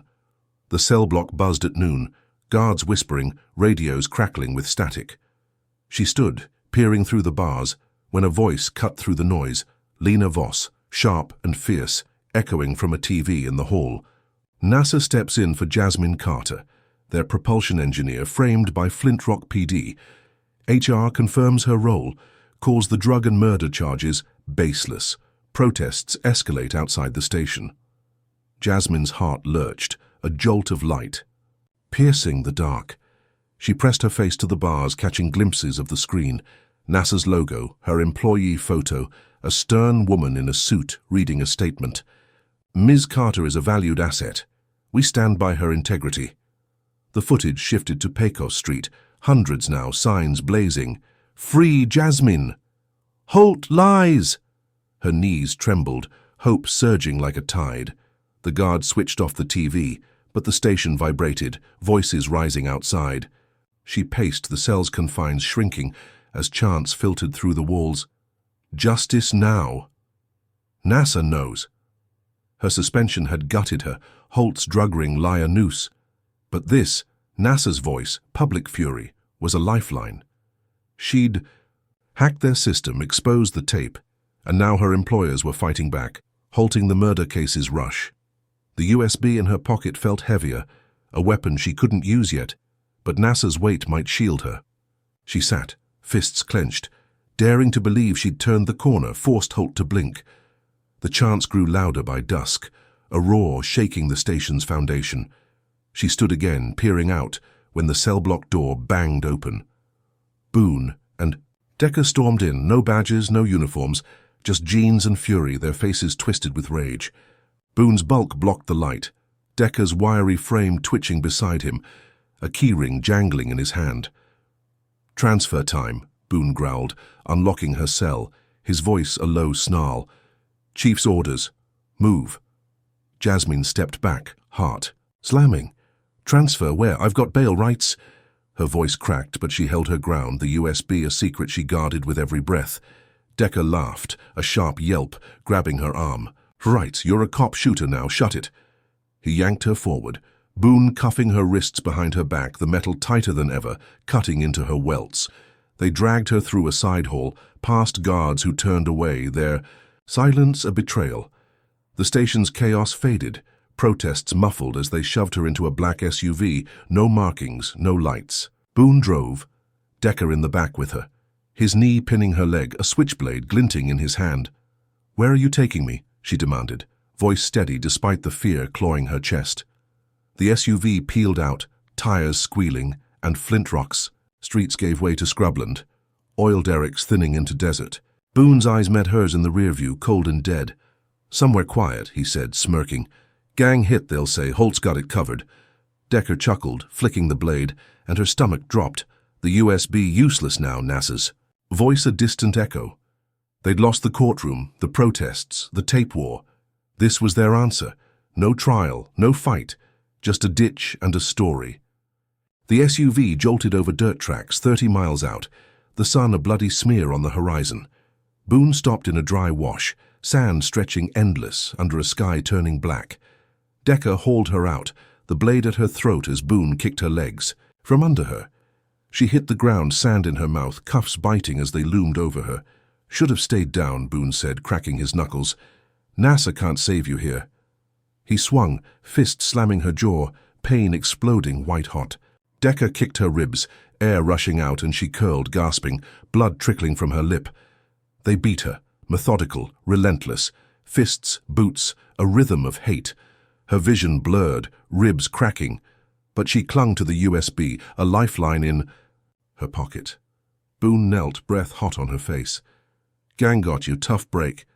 He smirked, standing, and Decker tossed the blade into the sand, a prop for their lie. They climbed back into the SUV, engine roaring as they sped off, dust choking the air. She lay still, pain a tidal wave, the desert silent but for her ragged breaths. NASA's press move had stopped the case, sparked the protests, given her a breath of hope. She'd thought it was her shield, a win to build on after the leak, but Boone and Decker, off the leash, had ripped it away, dumped her here, to die. Holt's gang hit story ready to seal it. Her jaw throbbed, ribs screaming with every inhale, and she tasted copper, blood pooling in her mouth. The USB pressed against her thigh, a faint pulse of defiance, but her body was broken, the desert vast and empty. She'd hacked their lies, lit a fire in Flint Rock, forced NASA to stand up. A victory, fleeting as a mirage, now a death sentence. Stars blinked above, cold and distant, and she rolled onto her side, sand sticking to her wounds. Holt's voice echoed in her skull, his denial a noose. Not our doing. She'd pushed them too far, and they'd pushed back, off a cliff into oblivion. Could she crawl out of this grave they dug? Jasmine Carter lay sprawled in the desert sand, the night's chill seeping into her broken body, as Boone and Decker's black SUV vanished in a cloud of dust. Her jaw pulsed with agony, a jagged throb from Boone's fist, and her ribs screamed. Cracked from Decker's boots. Blood crusted her split lip, sand grinding into her wounds, but the USB drive stayed tucked in her pocket, a lifeline she'd guarded through the beating. They'd dumped her 20 miles west of Flint Rock, left, her to die in a dry wash under a sky prickling with stars. Holt's gang hit lie ready to bury her. NASA's press defense had stalled the murder charge, sparked protests, given her a flicker of hope after the motel raid. She'd thought it was her shield, a win to claw back from, but they'd kidnapped her, beaten her senseless, and tossed her here, proving Holt's reach was a noose she couldn't slip. She coughed, blood flecking the sand, and forced her eyes open, the desert stretching endless around her. She rolled onto her knees, pain exploding white-hot, a gasp ripping from her throat. Her left arm hung limp, shoulder wrenched, but her right groped the sand, finding Decker's discarded switchblade, its handle warm from his grip. She clutched it, a tool now, not a threat, and pushed up, swaying as the world tilted. 20 miles to Flint Rock, no water, no phone. Holt had crushed it. But she had the USB, the raw drug tape, and a fire in her gut they couldn't snuff. She'd hacked their lies, lit protests, forced NASA to speak. She wouldn't die here. A footnote in their story. She staggered forward, sand sucking at her sneakers, each step a knife in her ribs, and started the trek, the blade her crutch, the stars her guide. The first mile was hell, her vision blurring, legs buckling every 10 steps. She fell twice, sand in her mouth but clawed up, the USB a weight she felt with every breath. Dawn broke, a pink smear on the horizon, the heat rising fast, baking her bruised skin. She stripped her torn jacket, wrapping it around her head, and kept moving, the blade digging into her palm, blood slicking the handle. Lizards skittered past, the only life in this wasteland, and she envied their speed, their ease. Her tongue swelled, dry as the dirt, but she counted steps, 100, 200, focusing on Lena Voss's studio downtown, a beacon pulling her forward. By noon, the sun was a hammer, 90 degrees beating her down. She'd covered 10 miles, half the distance, her sneakers shredded, feet bleeding through the soles. A vulture circled overhead, its shadow a taunt, and she glared up, spitting blood at the sky. "Not yet," she rasped, voice a ghost, and stumbled on, the blade now a cane, its tip sinking into the sand. She replayed Boone's grunt from the SUV, his smug, "Gang, got you," and Decker's laugh, a hyena's yelp. They'd underestimated. Her once thought she'd break under cuffs, fire, lies. She'd survived their stop, their raid, their ditch. She'd survive this. Night fell again, the desert cooling to 60, her body a furnace of pain and fever. 15 miles down, 5. To go, Flint Rock's lights a faint glow on the edge of vision. She tripped over a rock, crashing to her knees, and stayed there, panting, the blade slipping from her grip. Her ribs stabbed with every breath, her jaw swollen shut, but the USB pressed against her thigh, a pulse of defiance. She'd tricked. Boone, mid-kidnap, feigned a sob and asked, "Why me?" He'd sneered, "You're a black bitch who don't know her place." Holt says end it. She'd recorded it on the USB, a voice memo synced before the beating, a confession they didn't. No, she'd snagged. It was her ace, her way back. She crawled, then stood, the last 5 miles a blur of agony and will. Flint Rock's outskirts loomed at 3 a.m., oil derricks stark against the moon, and she staggered through alleys, avoiding streets where Holt's eyes might lurk. Lena's studio was a converted warehouse on 5th, its neon sign dark, and she pounded the door, fists weak but desperate, until it creaked open. Lena's face appeared, pale and wide-eyed, grey-streaked hair wild. "Jasmine? God, what happened?" She pulled her in, and Jasmine collapsed on the floor, sand and blood smearing the tile, the USB tumbling from her pocket. "They took me," she croaked, throat raw, handing Lena the drive. "Boone's confession. Kidnap. Holt's orders. Play." Lena nodded, plugging it into her laptop, and Boone's voice rasped out, cold and clear. "Holt says end it." Jasmine's eyes fluttered shut, relief flooding her as Lena gasped, already dialing her crew. "This airs now," Lena said, voice steel, and Jasmine nodded, darkness pulling her under, safe at last. She woke to sirens, dawn breaking through the studio's windows, Lena shaking her awake. "It's out. Boone's tapes everywhere. Protests tripled. You're a hero." Jasmine sat up, ribs screaming, and saw the TV. Her photo. Boone's. Voice, crowds choking Pecos Street. She'd trekked 20 miles, delivered the confession, turned their murder plot into her strike. A win, hard-earned, her blood the price. She smiled, cracked lips splitting, and leaned back. The USB's weight gone, its power unleashed. The victory lasted an hour. At 7 a.m., flames erupted outside, a roar of heat shattering the studio's windows. Jasmine jolted up, Lena screaming. As fire licked the walls, smoke choking the air. "Get out!" Lena yelled, grabbing her arm, but Jasmine stumbled, ribs buckling, and saw the blaze's source, Molotov cocktails, 3 of them, flung from a black pickup speeding away, Boone and Decker's shadow. The studio burned, laptops melting, the USB drive lost in the inferno as they fled to the street, coughing, ash raining down. Sirens wailed, but Holt's voice crackled on a bullhorn from blocks away. "Carter torched it. Arson again. She's dangerous." Protesters scattered, confusion rippling, and a mob emerged. Locals Holt had riled, their eyes wild with hate. "There she is!" a man bellowed, pointing, and they surged, fists raised, bottles flying. Jasmine ran, Lena pulling her into an alley, her body a wreck but adrenaline pumping. The mob roared, "Get her!" and she ducked behind a dumpster, breath ragged, the studio's flames lighting the sky. She'd survived the desert, crawled back with Boone's confession, handed Lena a dagger to stab Holt's heart. A triumph, raw and real, snuffed out in minutes. Holt hadn't just countered. He'd scorched her proof, turned the crowd she'd rallied into a beast hunting her blood. The USB was ash, the tape's echo her only shield, and NASA's stir felt distant now, drowned by fire and screams. She pressed against the dumpster, sand still caked on her skin, and felt the mob's heat closing in. Boone and Decker's truck was gone. Holt's lie spreading, her survival a spark they'd smothered. The alley narrowed, her ribs a cage of pain, and she gripped Lena's hand, eyes darting for escape. She'd beaten their ditch, their fists, their lies. Could she outrun their inferno?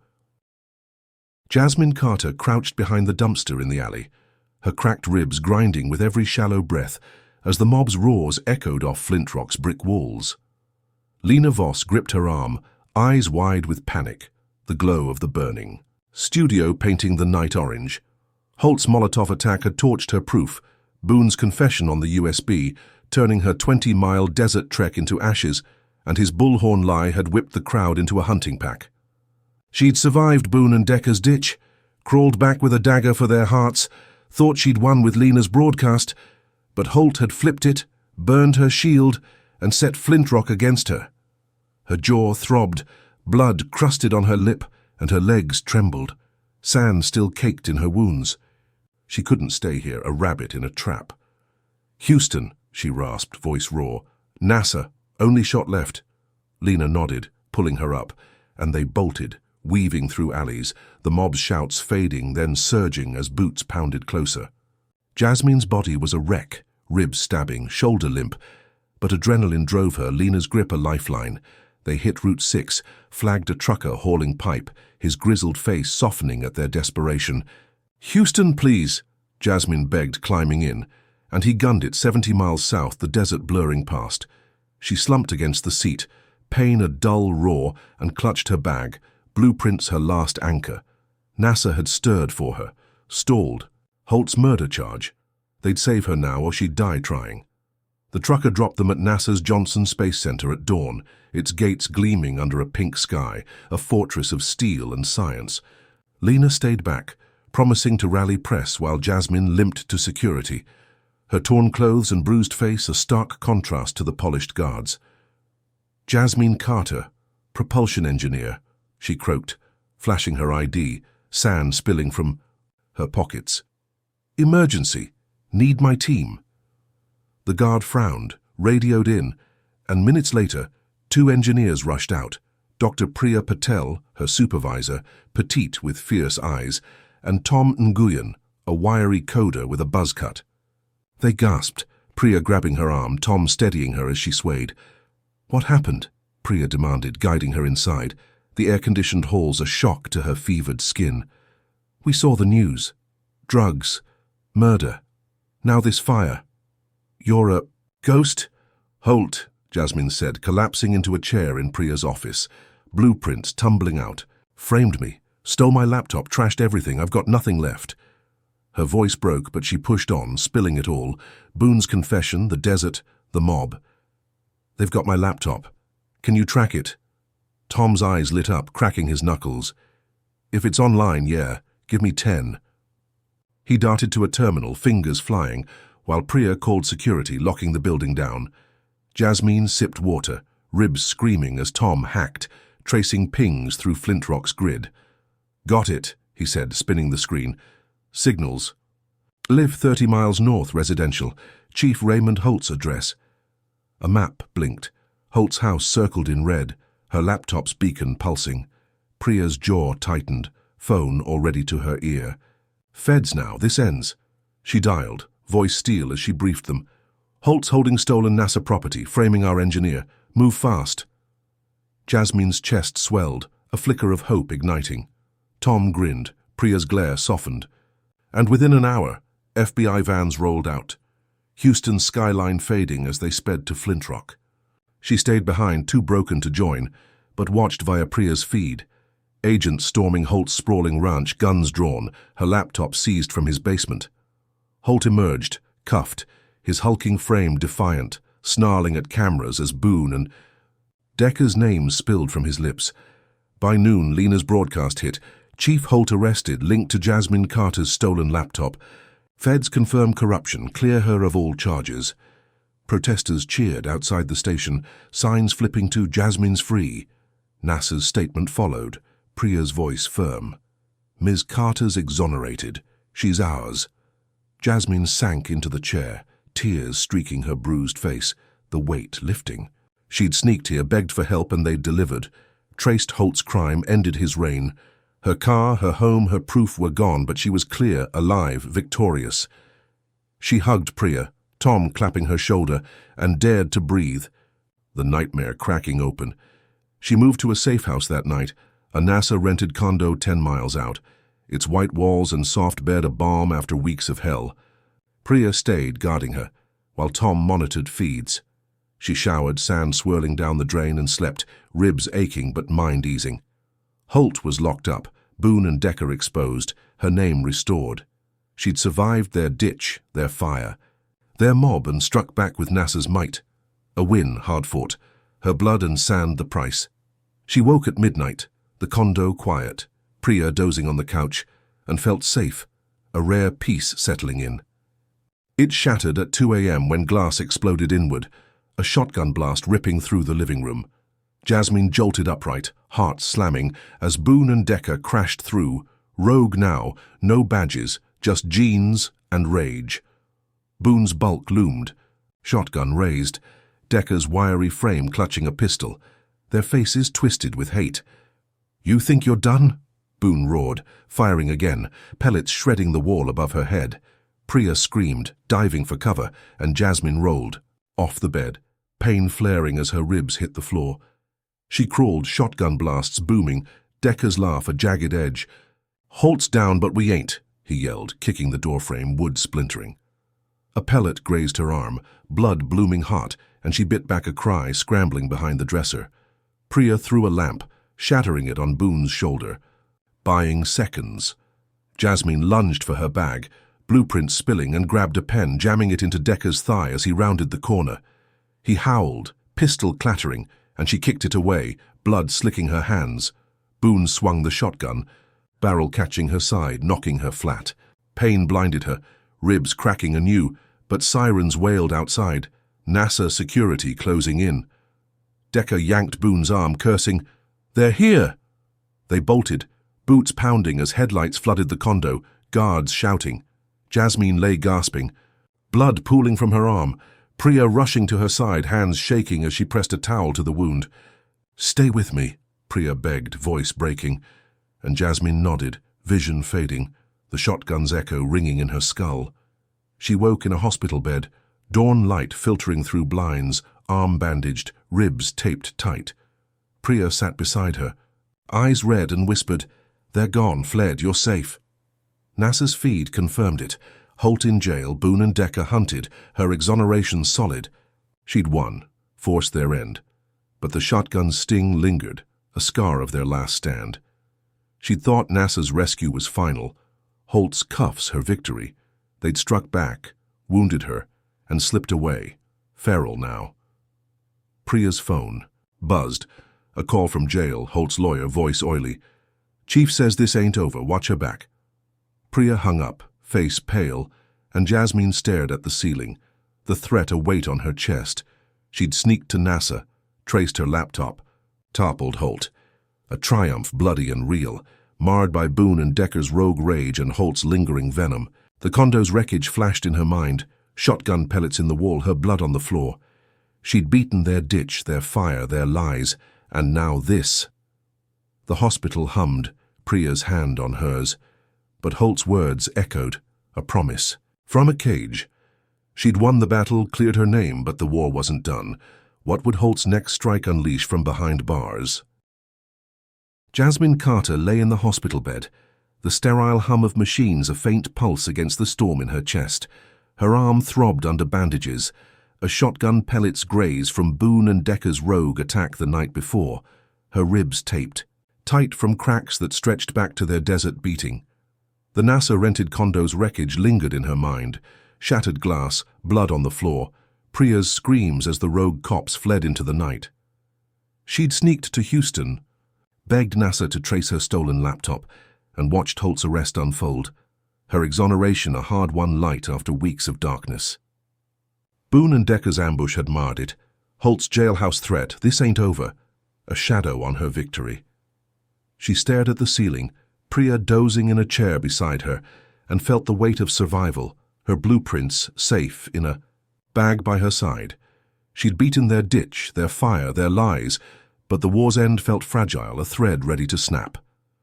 The door swung open at 9 a.m., jolting Priya awake, and a man stepped in, tall and broad, his grey suit crisp against the hospital's white walls. His hair was silver, eyes sharp behind glasses, a NASA badge pinned to his chest.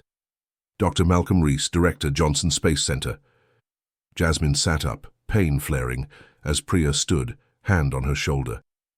"Miss Carter," Reese said, voice deep and steady, "I'm here for your hearing. We've got a courtroom waiting. You're not just cleared, you're pivotal." His gaze held hers, a mix of pride and gravity, and her stomach twisted, sensing something bigger lurking. "Pivotal?" She rasped, throat dry from meds. "They've got Holt, Boone and Decker ran. What's left?" She clutched the bed rail, ribs protesting, but Reese's nod pulled her forward. "More than you know," he said, stepping closer. "Your propulsion project. It's why this happened. We're bringing it to light." He gestured to the door, where two NASA guards waited, and Priya helped her up, her borrowed jeans and blouse stiff against her bruises. The blueprint stayed in her bag, a lifeline she slung over her shoulder, and they moved a slow march through Houston's halls to a black SUV. Reese drove, Priya beside her, the city blurring past as they hit Flint Rock by noon, the courthouse, a squat beast under a grey sky. The courtroom was a circus, packed with reporters, locals, NASA suits, the air thick with sweat and anticipation. Jasmine limped in, leaning on Priya, her bandaged arm a badge of war as she took the defense table, beside Marisol Cruz, her lawyer's eyes blazing with resolve. Boone and Decker slouched in cuffs across the room, caught that morning hiding in a barn, their faces haggard, Decker's thigh still bloody from her pen stab. Holt sat center, his hulking frame shackled, buzz cut glinting under lights, his scowl, a blade aimed at her. Judge Clara Henshaw presided, her grey curls tight, gavel poised as the gallery buzzed, cameras flashing. Marisol rose, voice cutting through the din. "Your Honour, Jasmine Carter's been cleared, arson, drugs, murder. All lies by Holt, Boone and Decker. We've got their confession, the laptop, a pattern of corruption, now attempted murder in NASA custody. They're done." She played. Boone's taped snarl. Holt says end it. Its echo chilling the room, Boone squirming, Decker's smirk gone. The prosecutor, Paul Vance, stammered, papers slipping, his case crumbling under the feds' hall from Holt's basement. Her laptop, forged reports, a ledger of bribes. Reese stood then, a titan in the chaos, and the room hushed. "I'm Dr. Malcolm Reese, NASA director. Ms. Carter's propulsion system, classified until now, could have stopped an oil rig collapse 3 years ago off Flint Rock. 50 dead, including Holt's brother, James." A gasp rippled. Holt's fists clenching, his eyes boring into Jasmine. "She designed a thruster to stabilize rigs in high winds. Holt buried it, blamed NASA, turned it personal when she joined us. This wasn't just racism, it was revenge." He dropped a file, schematics spilling. Her work laid bare and the gallery erupted, reporters scribbling. Holt's snarl twisting into rage. Jasmine's breath stopped, the room spinning. Her project, years of equations, sleepless nights, linked to Holt's vendetta. She'd built it to save lives, not knowing it tied to his loss, his hate. Reese continued, voice steady. "Holt framed her, stole her tech, tried to kill her to silence it. Boone and Decker were his fists. She's a hero, not a criminal." He sat, the weight of NASA behind her, and she gripped the table, ribs aching, mind reeling. Her work, her fight had roots she'd never seen. Henshaw banged the gavel, silencing the clamor. "Enough," she snapped, eyes on Holt. "Evidence is overwhelming. Holt, Boone, Decker, conspiracy, assault, attempted murder, corruption, life sentences, no parole." The gavel slammed again. A thunderclap and the room exploded. Cheers drowning Holt's roar as guards hauled him out. Boone cursing, Decker limp. Jasmine exhaled, a shuddering breath, tears streaking her bruised face. Marisol hugged her, Priya's hand on her back, and NASA suits swarmed, Reese nodding with quiet pride. Outside, the crowd roared, signs now, "Jasmine's our hero," and "NASA wins." Lena Voss thrust a mic at her, camera rolling. "Cleared, avenged, a genius who broke Flint Rock's rot. How's it feel?" Jasmine smiled, cracked lips stinging, and said, "Truth won, that's enough." The mob that hunted her was gone, replaced by applause, her name a chant on the wind. She limped to the SUV, Priya and Reese flanking her, the sun breaking through, clouds warm on her battered skin. She'd survived their ditch, their fire, their shotgun, and toppled their empire. A hero, bloodied but standing, her blueprints a beacon of what she'd built. They drove back to Houston, the hospital a memory, and settled her in a new safe house, a sleek apartment near NASA, its windows wide to the sky. She showered, washing sand and blood away, and sank into a couch, ribs taped, arms stitched, the TV replaying her triumph. Jasmine Carter, NASA's star, ends Holt's reign. Priya stayed, cooking soup, while Reese promised protection. Boone and Decker locked away. Holt's threat a hollow echo from a cell. She slept, deep and dreamless, her blueprints on the table, a future she could reclaim. She woke at dusk, the apartment quiet, Priya napping across the room. A knock rapped the door, soft but urgent, and she limped over, peering through the peephole.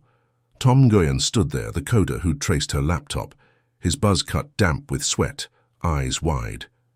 "Jasmine, let me in," he whispered, glancing. Down the hall, and she unbolted it, stepping back as he slipped inside, locking it behind him.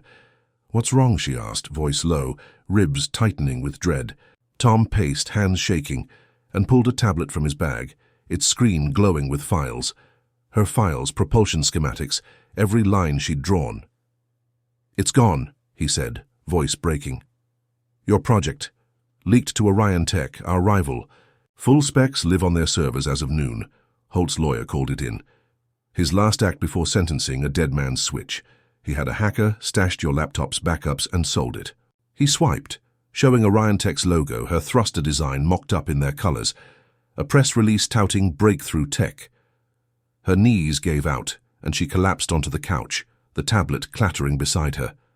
"No," she whispered, hands trembling, the room spinning. Her project, her soul, her fight stolen. She'd beaten Holt, watched him caged, thought her win was ironclad. This was his final blow, a dagger from a cell, her life's work ripped away. Tears burned, but she choked them back, staring at the blueprints on the table, useless now, a ghost of what she'd lost. Priya stirred, rushing over, Tom's face pale as he stammered, "We'll sue, fight it." But the words were air, hollow against the theft. She stood, swaying, and limped. To the window, Houston's skyline a blur through glass. The courtroom had hailed her. NASA crowned her. Flint Rock cheered her. She'd survived Boone's fists, Decker's blade, Holt's fire, and toppled them all. A hero, scarred and triumphant, her name cleared, her enemies jailed for life. But this twist, Holt's leak, her project in Oriontech's hands, gutted her. A victory turned bitter in a heartbeat. Her ribs ached, arms stung, but the pain inside was deeper, a theft no court could undo. She pressed her forehead to the glass, breath fogging, and felt the spark reignite, small but fierce. They'd taken her work, her dream, but not her fight. "I'll rebuild," she vowed, voice a thread of steel, the city sprawling below. Holt's last laugh had scarred her future, but she'd rise again, from ashes they couldn't burn. What could she forge from this ruin? Jasmine Carter's journey in Racist Cops Laugh at Black Woman, but they're scared when NASA confirms who she really is, offers profound lessons in resilience, justice, and the cost of standing tall. First, her story teaches that courage, under fire, can shift the tides, even against systemic hate. Facing racist cops Boone, Decker, and Holt, she didn't crumble. She fought with intellect and grit, proving one voice can spark a reckoning. Her trek through the desert, battered but unbroken, shows that survival is a defiance of its own, a refusal to let oppressors win. Second, it reveals the power of truth as a weapon, hacking Holt's lies, exposing his corruption, and rallying. NASA's might turned her from prey to predator, toppling a rotten empire. Yet the bittersweet twist, Holt's leak of her propulsion project, underscores a harsh reality. Victory often comes with scars. Her work, meant to save lives, was stolen, a reminder that justice isn't always neat or complete. Finally, community matters. From Lena's broadcasts to NASA's stand, allies amplified her fight, showing that collective outrage can break chains individuals can't. Jasmine's tale isn't just about surviving racism, it's about outlasting it, rebuilding from ashes, and inspiring change despite the odds. So what's your takeaway from Jasmine's battle? Comment below if her defiance lights a fire in you. Hit like if you're moved by her grit. Subscribe for more tales of triumph over tyranny, and share to spread her story. Thanks for joining this journey through Flint Rock's shadows. We're stronger for it. Here's to chasing justice, defying hate, and rising anew, no matter the cost.